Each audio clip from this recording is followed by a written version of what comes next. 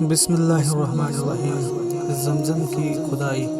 حضرت ابراہیم علیہ السلام کے بیٹے حضرت اسماعیل علیہ السلام کے 12 بیٹے تھے۔ ان کی نسل اس قدر ہوئی کہ مکہ مکرمہ میں نہ سما سکی اور پورے حجاز میں پھیل گئی۔ ان کے ایک بیٹے قیدار کی اولاد میں عدنان ہوئے۔ عدنان کے بیٹے معد اور پوتے کا نام نزار تھا۔ نزار کے 4 بیٹے تھے، ان میں سے ایک کا نام مضر تھا۔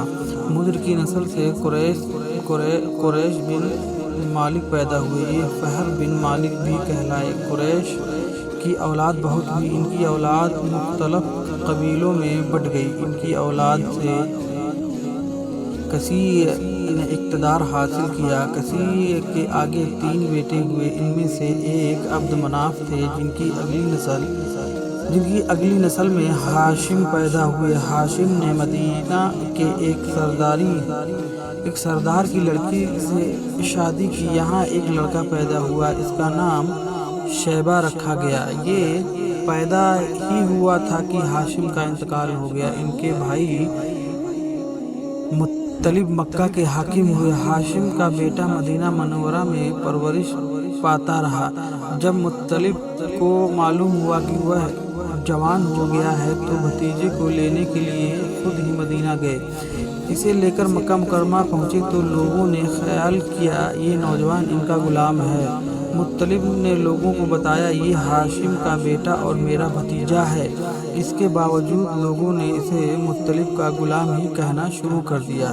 اس طرح شیبہ کو عبد المطلب کہا جانے لگا۔ انہیں عبد المطلب کے یہاں ابو طالب، حمزہ، عباس، عبداللہ، ابو لہب، حارث، زبیر، زرار اور عبد الرحمن پیدا ہوئے۔ ان کے بیٹے عبداللہ سے ہمارے نبی حضرت محمد صلی اللہ علیہ وسلم پیدا ہوئے۔ عبد المطلب کے تمام بیٹوں میں حضرت عبداللہ سب سے زیادہ خوبصورت اور سب سے زیادہ پاک دامن تھے۔ عبد المطلب کو خواب میں زمزم کا کنواں کھودنے کا حکم دیا گیا، یعنی حضرت اسماعیل کے کنویں کو۔ اس کنویں کو قبیلہ جرہم کے سردار مزاج نے پاٹ دیا تھا۔ قبیلہ جرہم کے لوگ اس زمانہ میں مکہ کے سردار تھے، بیت اللہ کے نگراں تھے۔ انہوں نے بیت اللہ کی بے حرمتی شروع کر دی۔ ان کا سردار مزاج بن عمرو تھا، وہ اچھا آدمی تھا۔ اس نے اپنے قبیلوں کو سمجھایا کہ بیت اللہ کی بے حرمتی نہ کرو، مگر ان پر اثر نہ ہوا۔ جب مزاج نے دیکھا کہ ان پر کوئی اثر نہ ہوتا تو قوم کو اس کے حال پر چھوڑ کر وہاں سے جانے کا فیصلہ کیا۔ اس نے تمام مال و دولت، تلواریں اور زرہیں وغیرہ خانہ کعبہ سے نکال کر زمزم کے کنویں میں ڈال دی اور مٹی سے اس کو پاٹ دیا۔ کنواں اس سے پہلے ہی خشک ہو چکا تھا، اب اس کا نام و نشان مٹ گیا۔ مدتوں یہ کنواں بند پڑا رہا۔ اس کے بعد بنو خزاع نے بنو جرہم کو وہاں سے مار بھگایا۔ بنو خزاع اور کثیر کے سرداری کا زمانہ اسی حالت میں گزرا۔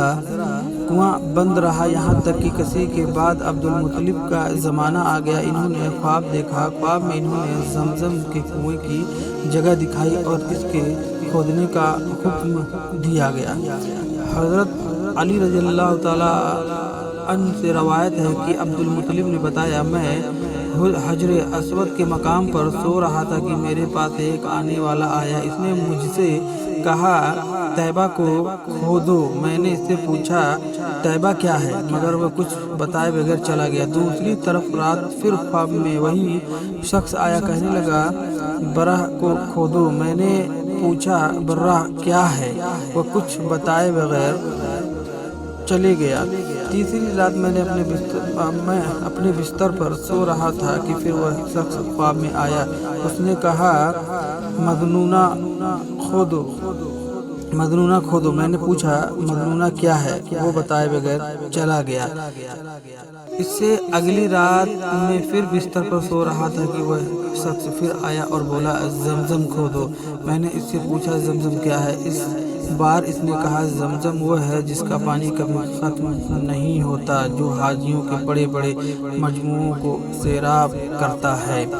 عبد المطلب کہتے ہیں میں نے اس سے پوچھا یہ کنواں کس جگہ ہے؟ اس نے بتایا جہاں گندگی اور خون پڑا ہے اور کوا ٹھونگے مار رہا ہے۔